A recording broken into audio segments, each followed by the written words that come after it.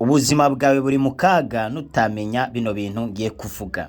Ni ibintu indwi byagufasha kubaka ubuzima bwawe ndetse bwa none ndetse n'ubwa kazoza.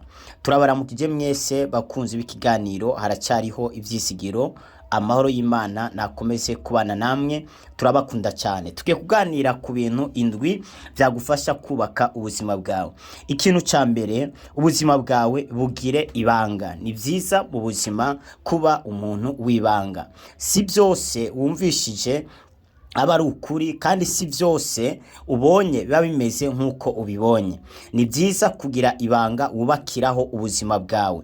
Abantu benshi bagiye bamena ibanga, byabaviriyemo gupfa, abandi baviramo kunogorwa amaso, abandi baviramo kuja mu mpimba, abandi baviramo gutakaza ibice bimwe by'umubiri kubera ko batagize ibanga ry'ubuzima bwabo. Abandi byatumye batakaza ubuzi bwabo, abandi bituma batakaza abakunzi babo, abandi byatumye batakaza ubutunzi bari bibitseko. Ni byiza mu buzima kuba umuntu wibanga, apana kuba imvuzi. Icya kabiri, ubuzima bwawe bukunde. Ikindi kintu cya kabiri ubwirizwa gukora ni ugukunda ubuzima bwawe. Umenye ko ata muntu n'umwe azigera akunda ubuzima bwawe gusumba uko wewe wabukunda.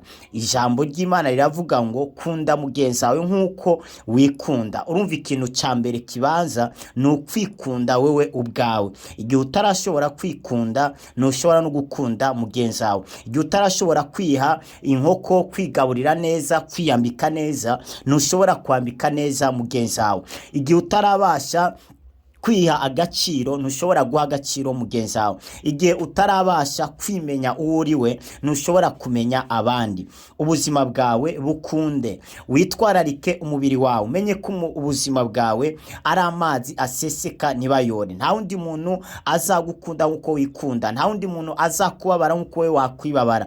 Nagomba ngo wibabare, wikunde, witwararike, umenye ko umukunzi wa mbere ufite w'ubuzima bwawe ari we wenyene ubwawe. Amaboko ya mbere ufise yo gufasha no gushigikira nayo maboko yawe. Amaso ya mbere ufite yo gukubonera imbere n'inyuma nayo maboko yawe. Amaguru yo gufasha kuja aho ugomba nayo maguru yawe. Ivyumviro byiza bisesuye bimeze neza vyakugeza ku ntsinzi kwiterambere, nivyo vyumviro vyawe. Witekereza ivy'abandi, ibindi bizagufasha kuzuza, abandi bantu bazagufasha kuzuza intego zawe nivyo, ariko kandi nabo bazagufasha kugira ngo babashe kuzuza intego zabo. Icya gatatu, ubuzima bwawe buhe agaciro. Nutaha agaciro ubuzima bwawe, na wundi muntu azabuha agaciro. Nutiyemera nawe uzakwemera. Agaciro umubiri wawe, ntuwandarike ahantu hose ngo buri muntu wese awukoreho nk'uko yishakira. Umubiri wawe uhe agaciro, kandi umubiri wawe ugaburire ivyo kurya bimeze neza, bifise ikimazi ku mubiri wawe, ubuhe agaciro. Icya kane, ubuzima bwawe buhe akaruhuko. Ubuzima bwawe buhe akaruhuko. Reka gukora 24 siri 24. Shaka umwanya w'akaruhuko, kubera umubiri iyo utawuruhurira, umubiri ntabwo uheranwa.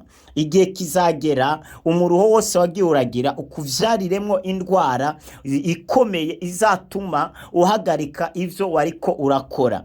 Nutiya akaruhuko ngo uzuraryama, uzuraruhuka rimwe na rimwe uje kure y'akazi, na telefone ufise, utari kureba televiziyo, wicaye ahantu kumbure wisomera igitabo, wicaye ahantu kumbure wisomera igitabo runaka utuje, bizagufasha. Ikindi naco, uryamye uruhutse. Ni byiza ko ubuzima bwawe ubuha akaruhuko. Umubiri ntabwo ari mashini, umubiri uraruha, umubiri uramererwa nabi. Ni byiza ko iyo wakoze cyane ufata umwanya wo kuruhuka.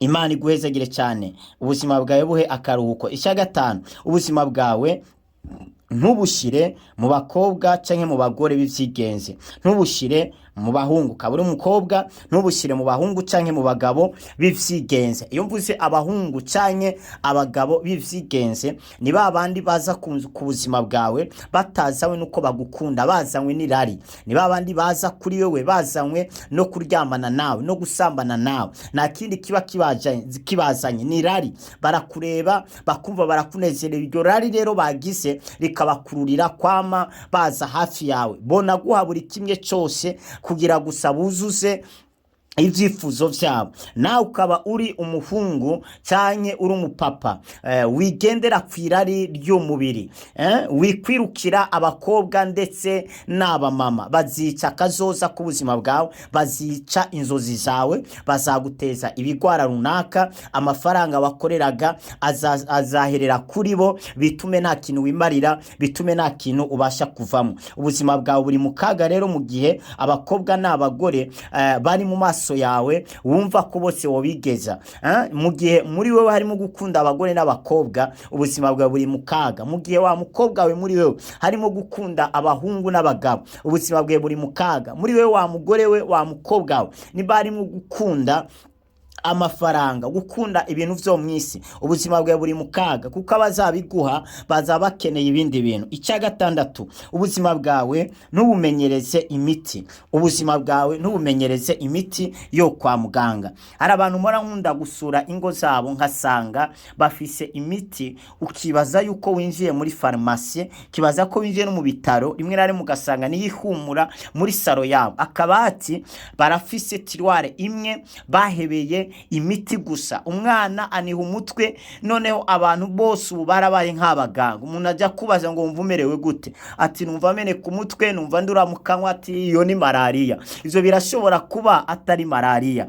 Nagomba kubabwira buriya imiti ni systeme bubatse, ni systeme yubatse na farumasi. Iyo systeme bubatse ni kugira ngo baronke uburyo bwo kwinjiza amafaranga. Ubundi si imiti ikiza abantu, ni ukwizera wasize kuri rya miti ishobora gukiza, kushobora gukiza ubuzima bwawe. Nayo ubundi yo si imiti ikiza umuntu.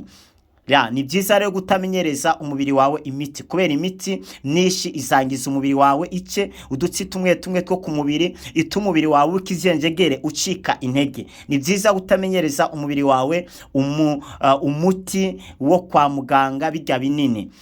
Niyo mpamvu nakubwiye ko ari byiza kuruhurira umubiri wawe, ko ari ibindi bintu bisaba kuruhuka. Wumvise umene ku mutwe, si byiza guca utora imiti y'umutwe. Wumvise ubabara ngo ufate iy'ububabare, no, ni byiza gufata akanya ukaruhuka, ukoga amazi, hanyuma weza koga, hanyuma ukabasha kuruhuka. Nuzura bigenza gutyo uzaruka kandi bizashira. Si indwara yose ikuje ko woca wirukira kwa muganga. Nagomba kubabwira kiriya miti yo kwa muganga, nukuvuga kari agapake, igice kimwe gishobora kuba kirimo ubuzima, kirimo umuti woshobora gukiza, ariko ikindi gice kirimo indwara. Niyo mpamvu indwara nizigera zera mu buzima bw'abantu. Nukuvuga iriya miti wanyoye imperuka, nunywa imiti umwaka wose cyangwa ukayinwa amezi 6 uri ku miti, nukuvuga ngo iyo miti izagusigira iyindi ndwara uzivuza ayandi mezi cyane uzabana nayo mu buzima. Niyo mpamvu umubiri wawe wimenyereza imiti yo kwa muganga. Ikindi kintu cya karindwi, ubuzima bwawe ntubugereranye n'ubwanaka. Ikindi cya karindwi cyagufasha ubuzima bwawe woye kubugereranya n'ubwanaka. Hari abantu bigereranya n'abandi, ushaka kurya nka naka kandi utari naka, ushaka kwambara nka naka, ushaka kurya nka naka. Naka afite amafaranga, afite isoko yinjiza amafaranga, ni umwishinga uzapfa ataragera. Wishaka kwambara nka naka, naka ni umubandi, naka afite akura amafaranga. Wa mukobwa reka kwigereranya n'abari abakobwa bagenzi bafite ama iPhone, reka kuyifuza. Bamwe muri bo barongowe inyuma, bamwe muri bo barinze gusambana, bawuzuye ibigwara, abandi batakaje agakiza kabo, batakaje ubuzima bwabo, bemeye kuva ku Mana kugira ngo bagere ku byo bagezeho. Ubuzima bwawe buri mu kaga mu gihe wigereranya na naka. Wa mugore we, reka kwanga umugabo wawe, reka kumutatira ngo yagusumiye nko naka asumira umugore we. Niba uburonderero si bumwe, abagabo si bamwe, barasa ariko si bamwe. Mvuze ngo si bamwe, mvuze ku isoko bakuramo ibitunga imiryango atari bimwe. Niyo mpamvu udakwiriye kufata umugabo wawe nabi ngo nuko nakwitwararika unakwitaho, burya aragerageza, burya wasanga n'urya mukate azana, wasanga nabijya bijumba azana aba yabisabye ideni. Ni byiza gutahurana, Imana iguhezagire cyane. Wishaka kubaho ubuzima bwa naka, wambare nka naka. Umuntu afashe udufaranga yahembwe amezi 3 adutereye kuri telefone, ishobora kumeneka, ishobora kwibwa iyo telefone, nta mafaranga igiye kumwinziriza. Umuntu afashe amafaranga yakoreye amezi 2 ayataye ku rukweto rumwe rw'ibihumbi amajana ngahe, urukweto rumwe gusa nigutaye ko amafaranga. Uzatera imbere ryari? Uzagera kure ryari? Uzuzuza indoto zawe ryari? Nimba indoto zawe ari ukwambara, nivyo nukomeze kwambara, ariko ukaba ufise ahandi hantu ugomba kugera. Ni vyiza kuharanira inzozi zawe, ni vyiza gukora, apana gukorera amaso y'abantu. Hari abantu bakora kugira ngo bagere aho abantu bazobabona bameze uku. Mwe nabo rero nibigera bashika iyo bariko baragana, urashobora kwemera kwambara nabi, gutukwa, gusuzugurwa, kugira ngo bashe kugera ku nshingano zawe, ku nzozi zawe. Hari imbere uzokwambara neza, uzarya neza, uzaba mu nzu nziza. Reka kwigeranya na naka aba mu nzu y'amajana 5 nawe wumva wo yibamo, aba mu nzu miliyoni 2 wumva wo yibamo, amafaranga minziza samye bazayigusoramo, ugenda upange chambrette 10,000 nimbibaho. Ni vyiza rero kugenda ukuri ndetse no kubumbwa n'ibyo ufise. Imana ibahezagire cyane. Mwari kumwe na Apostle Nduwakristo Glory Shine. Wifuza impanuro, wifuza gusengerwa, ufise umutwaro, ufite n'inzozi zakuzazaniye, urashobora gutwandikira kuri no WhatsApp +257 65 77 339. Naho mbaho gusaba gukanda sabone cyangwa subscribe nimba ari rya mbere udukurikiranye kuri no channel ya Haracariho Ivyizigiro TV. Ndetse ukaburi kuri Facebook, nagira ngo usabe gukanda follow kugira ngo bikunde ibiganiro byose tuzajya dushyira hano, uzajye uwa mbere ubikurikirana. Warahezagiwe cyane.